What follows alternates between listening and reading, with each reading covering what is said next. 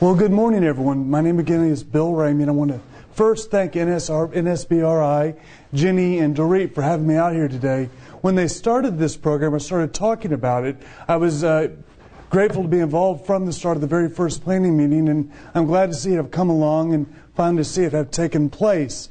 But today, I know you're thinking you're talking to the patent attorney, and we all know patent attorneys are not the most exciting people out here, and everyone's thinking they can get a nap. But what I'm hoping to do is to show you a few easy ways that you can identify your IP out there and protect that IP with minimal steps, and steps that y'all have been practicing all along as principal investigators. You are the best people for doing the basic steps necessary to protect that IP, because you were trained from day one to do that, and we just want to reiterate that and make you identify those steps.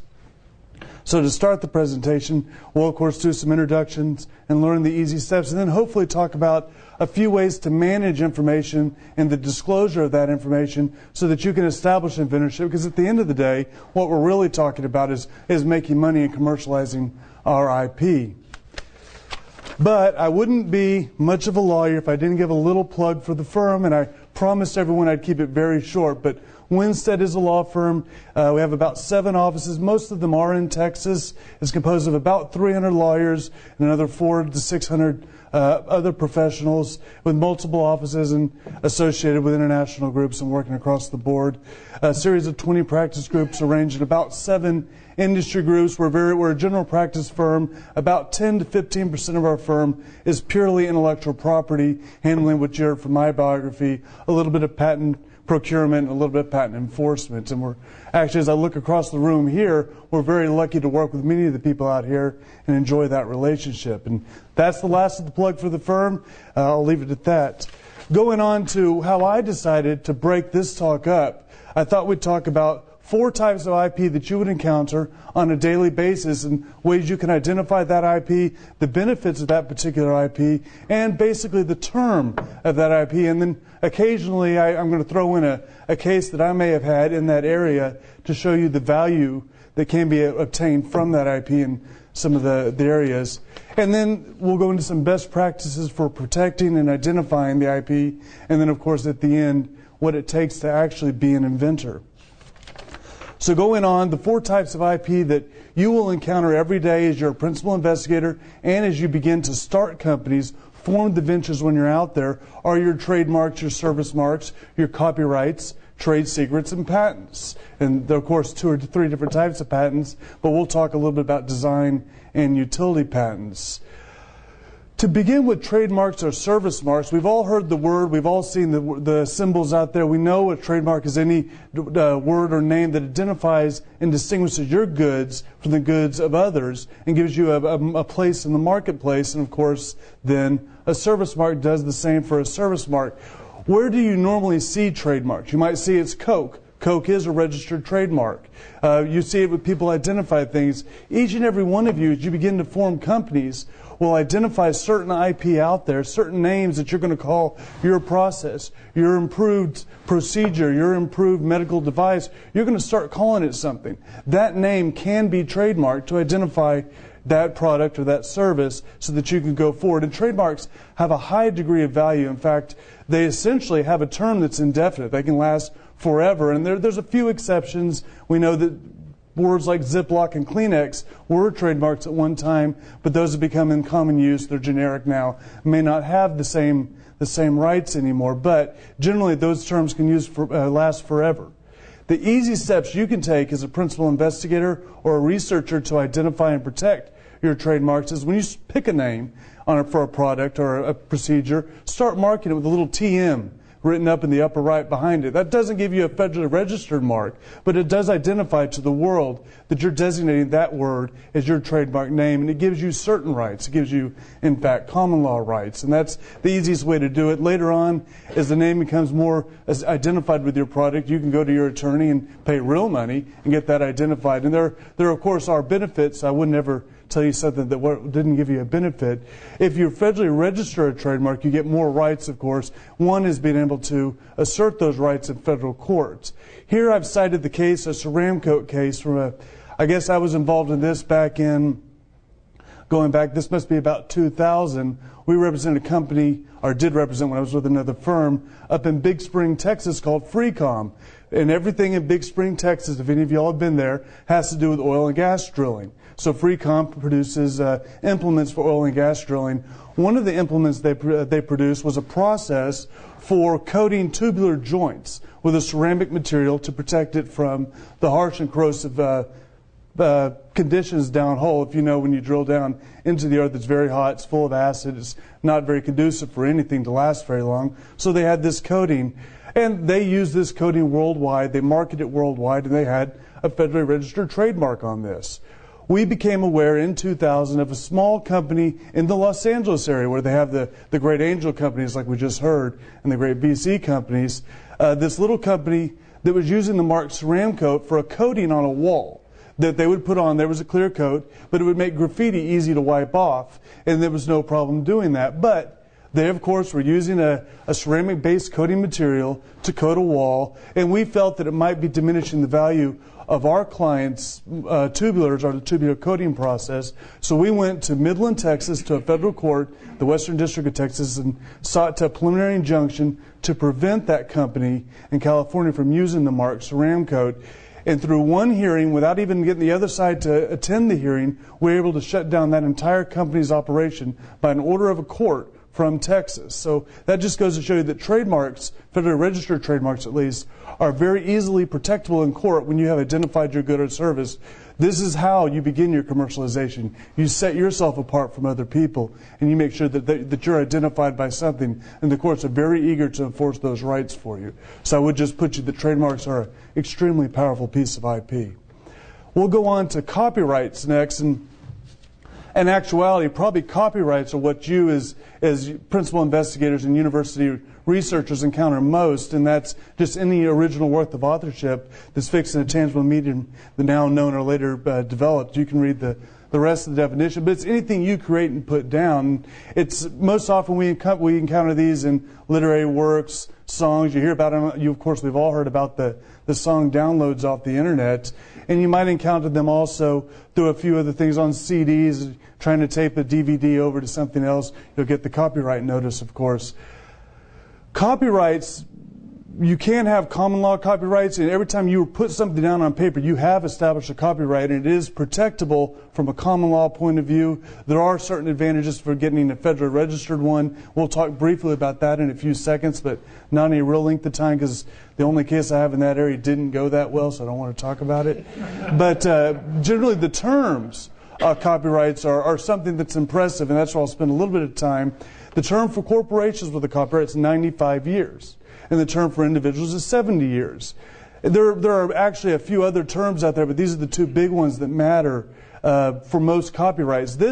What's interesting about this is maybe back, 7 or 8 years ago, the term was actually 75 years for corporations and 50 years for individuals. But Mickey Mouse was about to go off copyright. And guess what? The lobbyists went to the Hill. They lobbied. So it just goes to show you that the government still works like it's supposed to. It follows the money, and they extended the copyright laws out and gave people the ability to protect them just a little bit longer. Really, that's copyrights. What's important for principal investigators and the researchers is every time you create an SOP, write a procedure up, write a paper, you do have a copyright in that material. Now, if you were to sell that off or give that to a publication unit for publication, everyone knows you forfeit all those rights, and you'll probably sign many more agreements than I have forfeiting those rights. So you're all very aware of that. But copyrights are very easy things to create, and they are very powerful forms of IP, and I promise you a brief second in protecting those IP. For you, when you create something as an SOP that you want to seek copyright on, if you're not going to do any other type of protection, you can go and do it yourself at the Library of Congress for about $35 and probably about 15 minutes worth of work on the internet. And the present pendency of copyright registrations is 18 months, so don't expect a quick turnaround. It is the government we're talking about. But federally registering your trademark or copyright, pardon me, it gives you statutory damages and several other avenues that you don't get off under a common law copyright. So I would recommend that if you have something, a procedure that's not going to be written up anything else, and you do want to seek a copyright protection on it, do it yourself, get your university to do it, work through the tech commercialization office, the tech transfer office, and have that done. It's cheap, it's easy, and you don't have to invite the very expensive, bad lawyers. We even heard Joe, railing on the lawyers a little bit. But probably perhaps going to the next form of IP, I want to discuss trade secrets. Trade secrets are easily every lawyer's most fun piece of intellectual property, because whenever you have a trade secret dispute, you get into the dirty underwear of the company and learn what all's been going on and all the bad things about the company. But generally, anything can be a trade secret if it gives you an economic and competitive advantage. And it requires both those, both an economic and both a competitive advantage. Formulas, chemical structures, methods, techniques, those methods we were just talking about, we said we could copyright on the SOPs. If you don't and you want to seek trade secret protection, you can. Specifications, what's more important for once you become a company is your customer list, your sourcing information, and of course your pricing information. So it's generally anything that's out there. And the easiest way to start protecting your trade secrets is to write everything down as you get it. And we'll talk a little bit more going forward about what it takes to protect trade secrets. But I wanted to back up and tell you a quick case about trade secrets and just how powerful they are. And in Texas, and for those of you who don't live in Texas, I apologize up front. In Texas, we actually have the strongest trade secret protection in the nation. And I guess it's because we're also known as the debtor state. And so we tend to take after the little guy a little bit more here in Texas, I think. But the case I'd like to talk about is one called Soom Spring. And I was involved in this case in the early 2001, 2002. In Soom Spring, if anyone has any idea what they sold springs, big springs and little springs and all sorts of springs. And they only had about 116 employees. They had a lot of different presses making different springs. The only spring that made them any amount of money, though, was a leaf spring they made for a Framatome that balanced the nuclear power rods in about 28 of the different power plants around the nation. Nuclear power plants, or nuclear, and probably I'll pronounce it like George Bush, but that's okay too, power sources around America. And they had a lock on this market. Basically, they were the only ones providing these leaf springs. And if anyone knows about regulation, the nuclear industry is very highly regulated, and everything about that's published and available to the public for review, because the government wants to be very open when it puts it in your backyard what it's doing to you. So what happened at Soom Spring, they were making these leaf springs, selling them to Framatome. An employee from Soom Spring became disgruntled, of course, and he left Soom Spring and went to work for Framatome and took the leaf springs with him and how to make those. And so the client came to us, and we talked to the client, trying to identify anything that gave him an economic and competitive advantage over everyone else, when he had to publish everything about what he did with the leaf springs so that the regulatory agencies would give him approval to go forward. So we sat down and thought about it. We figured out that he had not published the way they polished and burnished the ends of the leaf springs, the corners of them, before they packaged them into the units and sold them off to Framatome. And we sought trade secret protection on that. And I remember to this day, it was actually my very first oral argument on my own. We went to what we call an ancillary court here in Harris County. It's a judge not sitting trial docket that sits over hearing temporary restraining order matters, or just matters to shut down companies, in other words. And we went to her on a late Friday afternoon, filed this in the court, and asked her, because they stole our trade secrets, that to shut down this nuclear power company. And the Harris County court judge, a district court judge, she's not a federal judge or anything, a state district judge, issued an order that instantly, as soon as they were notified, froze Framatome for doing any operation or changing out any leaf spring that was holding up those nuclear power rods. And that just goes to show you that if you can identify a trade secret, you can protect that very easily, and the courts are very, very apt to do that for you. It's actually, some of the strengths have gotten a little bit stronger since then as well, and of course some of the areas have gotten a little bit weaker.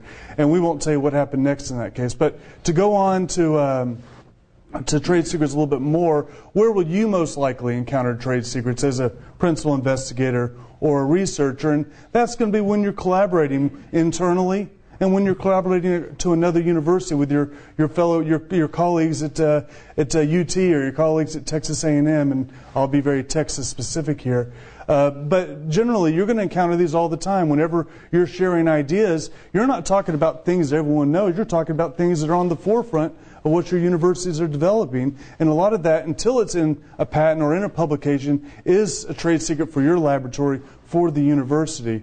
And your confidential information or trade secret information can be regarded as what you don't want to give away for free. If we gave it all away for free, there wouldn't be a reason for this workshop. We want to try to commercialize that idea so that it's very easy to think of trade secret information as just something you don't want to give away. Third parties' confidential information or trade secret information may be the more important one. And here, that is anything they say it is. I mean, a lot of times you'll be collaborating with someone, I assume, and they'll be telling you something that you think, yeah, I know what this is. I've heard this before. I know how this works. We do it in my laboratory all the time. But if they gone forward at the start of this and said, look, this is my confidential information. You can't disclose it to other people. It doesn't matter that you may know about this information. You can't disclose it right now. I mean, you need to seek the TCO's, your Tech Commercialization Office's input, your TTO, the transfer office, and they'll go to their legal counsel and make a determination of whether or not you want to disclose that or talk about that information. It's very important with this confidential information, trade secrets, that you're very carefully measured on how you deal with that from what you learn of other people, because, of course, lawsuits are born off the disclosure of information primarily, I think. If we're handling trade secret or confidential information within the unit, within our company or university, it's pretty easy to do. We want to use our confidentiality agreements if we're talking to people outside of our lab group. We want to have all the people in our lab group or in our research team to have signed confidentiality agreements prior to working on this, telling them that anything they learn after working with me, anything that they may have developed from what they learned from me is mine, is my lab's, or is my university's information.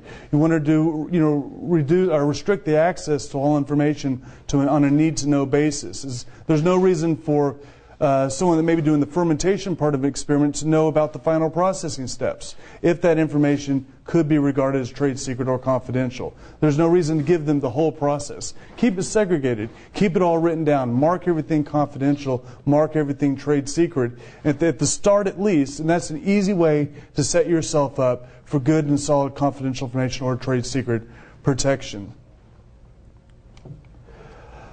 But then we'll get to something that's very near and dear to my heart, and that's patents. As a patent attorney, yes, this is what I do a lot of. My practice, as you heard, is fairly diverse, and I actually probably spend more time in litigation these days, and that's just a function of getting too high, being too far out from law school, and your billing rate gets a little bit too high, and no one wants to pay those rates for prosecution anymore, so you're not brought in as much anymore. But generally, you've all heard it, and you've all seen it, and you've read the patents. Any new useful process, article of manufacturing, compositional matter is patentable. However, this has been slightly modified by a recent Supreme Court case called N. Ray Bilski, and it only, in my opinion, only dealt with business method patents, but it actually affected medical diagnostics and other things that you will see, and I think we'll see this clarified, but that's beyond the scope of this talk. They tied it that any process has to be tied to a particular machine or apparatus, or it has to transform that process or composition to a different state or thing. And so basically what they're saying is pure business method patents that were just abstracts aren't patentable anymore. There's a lot of lawsuits going around right now. People are being sued on the way they do business. And the Supreme Court just said, we're going to reel that back in a little bit. We think they were a little bit broad. They may have reeled back into the point that medical diagnostics are questionable now. However, that doesn't mean that you as university investigators or principal investigators shouldn't be taking all your ideas still to the TTO. We think it is a mistake, and I would recommend that when you have an idea come forward, that you flood your TCO, flood your tech transfer office with each piece of information that you have. Take it to them and just give it to them. Anything. And let them make the final determination. That what they want to see is they want to see the investigators, the researchers, be interested in what's going on. If they're interested, then the TCO will be engaged with you back and forth. It's a lot of information that can be gone through. We'll talk a little bit now, and won't spend much time on the best practice for protecting each of these types of IP, and then who can I talk to about my ideas. And I thought that might be the best way. How is it? We've talked a little bit about how you establish trade secrets, and we've talked a little bit about how you establish patent rights, just anything that's new. Well, now we want to talk about how can I destroy my trade secret, and how can I destroy my patentable idea? And I wanted to put a couple of examples up, and you'll see they are a little bit Texas specific, and I apologize about the second one on there. It should say wife or husband, but I wasn't actually considering a husband at the time, my wife only. But if you talk to your colleagues about an idea you have, is that going to destroy your trade secret information or your patentable idea? And the answer is no. If you talk to your wife about the idea, that's a difficult, or your husband, that's a difficult question because they're not in your research group, and technically you shouldn't be talking to them about what you're doing, but in practical sense you can. But technically you're disclosing that outside of the people that need to know, and you need to be careful when you're doing that. This information can be protected if it's treated appropriately. Research group meetings. The research group meetings, of course, you can tell them that's your research unit. That's who needs to know. Those are the ones that are going forward with the idea. Your departmental meetings, of course, you're getting bigger then, and maybe that's a little bit too broad. So we're just trying to curtail the exchange of information, keep it pinned down a little bit more. Your boss, okay. Well, we'd all like to say we have a boss we can trust, so of course you have to be able to get someone's approval to go forward to seek a patent anyways, and usually it's the boss that has to sign off on that, we all know. And a sign off to go pay the lawyers at sometimes too, because it comes out of his budget or your research budget, one or the other, or the TCO's budget. Now the next two, your collaborator from the University of Texas, you can't ever trust someone from UT. So I don't know if I would ever do that, but generally a collaborator from another university you can't do that if you plan to keep it confidential unless you have the appropriate agreements in place. Your tech commercialization office, your transfer office will be able to help you do that. That's very easy to take care of with the proper material transfer agreements in place and with the proper non-disclosure agreements in place. And your collaborator from Texas A&M, you can always trust someone from Texas A&M. And okay, I'm an Aggie too. I guess that should have been said at the start. Presentations internally, as long as they're curtailed and small, are reasonably fine. Poster presentations in the public are rarely okay to ever give, because when you're doing that, you're publicizing your idea, and if you give an enabling public disclosure, you will lose your trade secret protection, and you will kill your patent in most instances. Well, you've heard me talk about it now without a definition for a while, and you talk about what's prior art. I mean, I've said you're creating prior art for yourself when you make these disclosures, when you talk to people, and so prior art is just anything that's generally known out there, anything that's known that predates your invention or that's contemporaneous with your invention. That's prior art. So it's just, you can read the rest of the list, but it's just the body of knowledge that exists out there at the time of your invention is the prior art that you're going to have to deal with in getting a patent specifically, but also in some areas for getting your trademarks and your copyrights, not necessarily affecting trade secrets as much, except for the fact that if it's generally known, you're not going to be able to establish a trade secret over it, of course. And guess what? You as the principal investigators are the people best situated to tell us as the attorneys, or them, they as them, as the TCO or the TTO, you know what's out there. Your tech commercialization office, they may think they do, but you know a lot more than them. You need to tell them what's out there, give them everything you have so that you can help build your case for getting a patent, maintaining something that's trade secret, or whatever else. And attorneys, I know we often act like we know a lot, but we actually are very fortunate to work with y'all, and we enjoy learning from you. So the more you give us, or through the TCO, the happier we are as people, and we keep away from certain acts happening. More prior art. This is more of a technical definition, things that can prevent you from getting a patent. It's just, there's certain things you can't do in the U.S. We still have a 1-year grace period for inventors. You can have a disclosure, and for a year you still be able to seek a patent protection on it. So that's good in the U.S. There's 2 or 3 other countries, but generally speaking, we're the only country in the world that still has this protection. And presently in the House, there is a bill that would kill this. In the Senate version, though, we're lucky that it wouldn't kill the grace period. We won't go into patent reform. That's actually something I talk about far too much, and it'll just drag on this conversation for another hour and a half. And I'm sure you all want to get up here pretty quick. We go through use or sales. We're talking again about prior art. If you sell your invention more than a year out, offer it for sale to anyone, that's going to create prior art. prevents you from getting a patent. If other people are using your invention more than a year out, or independently developed your invention more than a year out, or even within that year, you may not be able to get a patent on it. I've cited some case law that's not really that important.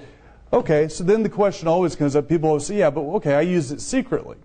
Does a secret use save me? And you all are very sophisticated. I know you've all heard this before. A secret use doesn't save you. It doesn't matter that you didn't tell anyone that you thought you had hidden this. A secret use generally still will destroy your patent rights, because guess what? They pay lawyers a lot of money to find something. And they will find your secret use years on down the way after millions of dollars have been invested in your idea, and that use will be discovered. So if you've had a secret use, if you've had any use, it's very important going forward at the start to tell your TCO, because then they'll communicate it to your attorneys, and your attorneys will take that information and craft you still an idea, most likely, that can be protected, that'll get you around that issue with that use or even that secret use. So it's very important that communication has to be very open in this process. There are certain uses, of course, experimental uses that we'll hear about that are permissible. When you're testing your idea, trying to see if your idea works, a certain amount of this experimentation is okay. But if it has to be within that, it can be even outside that year period generally, but then there's a series of objective criteria that are measured. At the bottom you can read that. It's just the length of the duration. Was the person paid? Is it truly experimental, the type of use? Experimental use has been determined to be reasonable in almost every case that I'm aware of. When these criteria have been present, there are a few exceptions, but you can generally do that. However, the one for you to watch, even at public universities, but more especially at private universities, is the experimental use of someone else's patented idea. If you work for a governmental entity, I know you start thinking about that's immunity defense, and I guess you do have it. But for private universities, it still is very important that they are protected. And more importantly, if you've developed a commercializable product at a public university that clearly is on someone else's patent, and then you try to market that idea, guess what? That public company won't be able to use it, so no one's going to come out and necessarily suit you for it. We have to watch using other people's technology to get where we want to be. Of course, there are certain regulations that allow us to do experimentation in certain areas, especially in the pharmaceutical business and a few others when we develop drugs, that get you around any infringement. But generally speaking, you can't use someone else's patented idea ever and get away with it.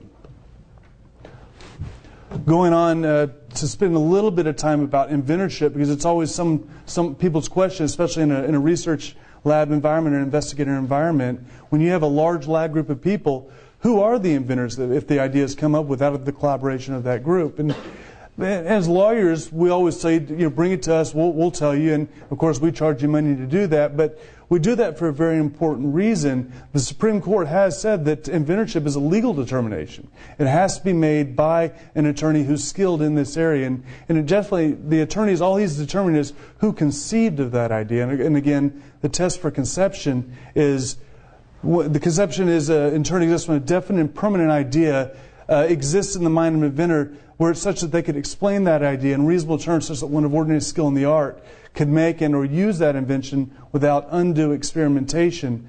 And of course that threw a whole bunch of undefined terms into our vocabulary now. But generally, when you could explain it to one of your laboratory students how to make and practice your idea, reasonably definite and permanent in there, you have conception. So, and the conception goes on. We can talk about conception could be through many people, one person, be at different times. Researchers don't have to spend time together. They can spend time apart. How do you prove conception? This is, you're going to have to look for a specific approach, some sort of solution for that. You have to look for sufficient definiteness in the idea.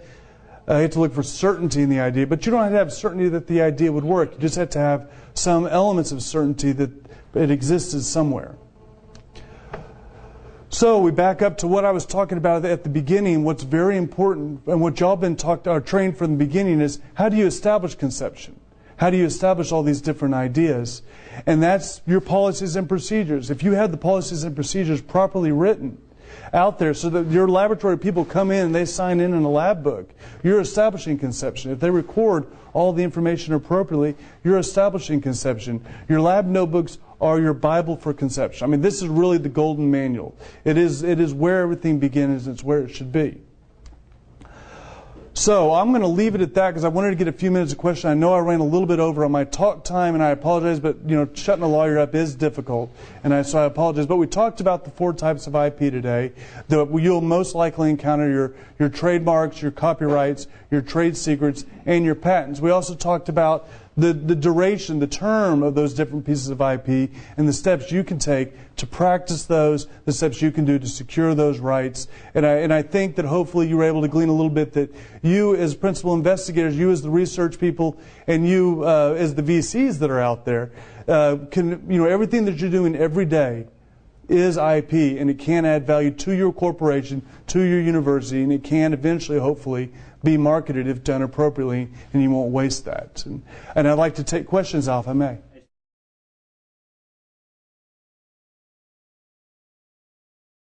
I thank you very much for that question. That actually gets directly to the point of what we were talking about, sharing confidential information, or what others might regard as trade secret information when you move between universities or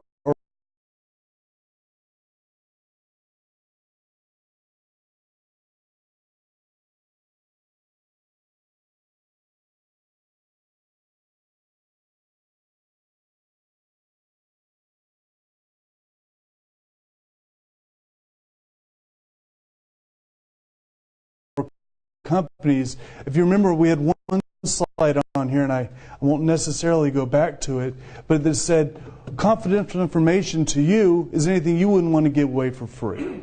Confidential information of another company's or your employer's is anything that he says it is. So you can't necessarily go from one place to another place, taking the information that you were using at place A over to place B and use it over at place B, because that would be stealing the trade secrets. Misappropriate them is the term we use, and that tends to invite gets the two companies at odds with one another, and many lawsuits come out of that. So you have to be very careful that you're not taking other people's information when you move over. It's as for principal investigators, I know that researchers at universities are highly mobile because you're the best and the brightest in your areas. There's no question. And universities, they want your attention. They want to give you better lab space, better accommodations at different places. So it's very common for the researchers to jump from one university to another. And one of the most difficult things for the TCO offices at that point, where is that dividing line on the information? Okay, if we were doing gastrointestinal research over here, when is that day when he left and went over here? Because guess what? When that researcher transfers over, he's probably not going to start doing brain research that next day. He's probably going to be doing GI research. So it's very hard to get that dividing line. So it's important that that you work with the universities to establish where you are at your point of the research, get all that recorded so that when you make that jump or that move, that you can do that free from any possible encumbrance down the way or from the other university coming after you.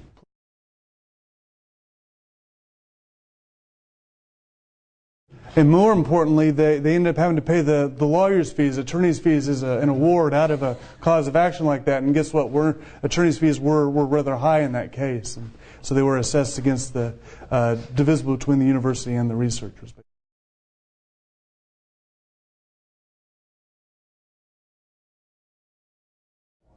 Exactly, and that's sort of where we were going with, work with your TCO, get that dividing line in the sand of where that IP is before you leave or before you make the transfer, please.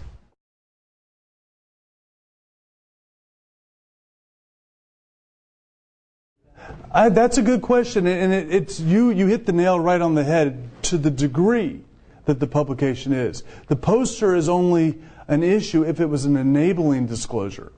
The presentation or the poster presentation. So if you enabled your invention, which in patent parlance that means if you've shown your laboratory worker how to practice the invention, if you've given enough detail so that one of ordinary skill in the art could practice your invention, you've given too much at that poster. But if you only give, we started here and we got here, and you left out all the middle ground, that's probably okay. But again, you'd want to go through your patent attorney with that and your TCO before you did that. And but yeah, definitely, it's clearly less disclosure than a presentation.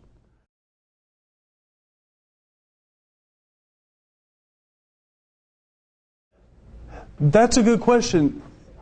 Strictly speaking, in the U.S., we don't have use patents, of course, and that's what they do overseas because they don't have method of treatment patents over there for various legal reasons that we won't get into today. Use patents or second use patents, when you're coming along and saying you found a new use for a drug, are still valuable patents. They're process patents, though, so they're of less value than the original primary patent on the compound itself. And of course, if you wanted to start with the value of the compound, the value of the compound goes from the compound being the highest value, primary uses being secondary value. When you get to these tertiary uses, your value goes down a little bit, but it is still valuable IP.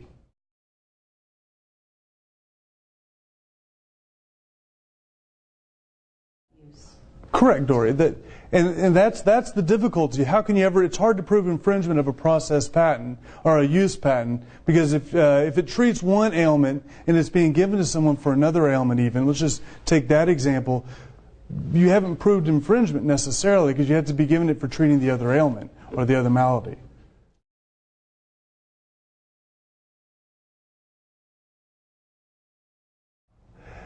Typically, that's a good question, and I won't get into whatever university it is. Every university that I know, when a researcher comes from the lab, comes to him, they say, and they're paying them some form of salary, they say, everything that you own, that you develop when you're here, no matter what, belongs to us now, and we'll give you a royalty percentage for that. So yes, it would belong to the university. There may be some where that's not the case, but it is possible you can also have a different agreement with the university and change or modify those terms, but primarily it is the case that the university is going to own the technology up front.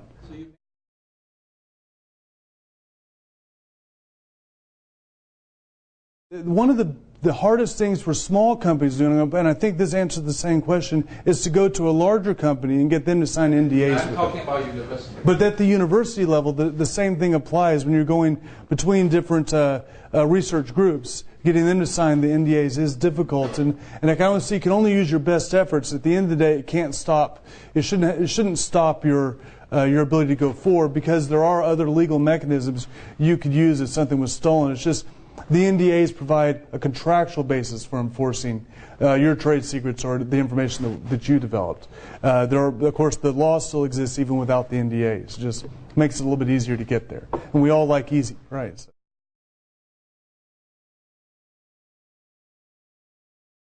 Copyrighted computer code versus literary works. The process is still the same, and basically for going to the Library of Congress is still the same. They're still protectable in the same fashion. So they're just two different mediums. And if you remember, it's any original work of authorship and a tangible medium of expression, and those are just two different mediums of expression. Okay, I see what you're asking. Sorry, work for hire type of situation is what you're saying. If you paid the coder to develop code, there are statutes that operate in every jurisdiction around the U.S. and at the federal level that require that contractor to assign over the copyright to you. But technically, you're right. In a pure sense, without the operation of law, the title would vest is in the original creator. Sorry.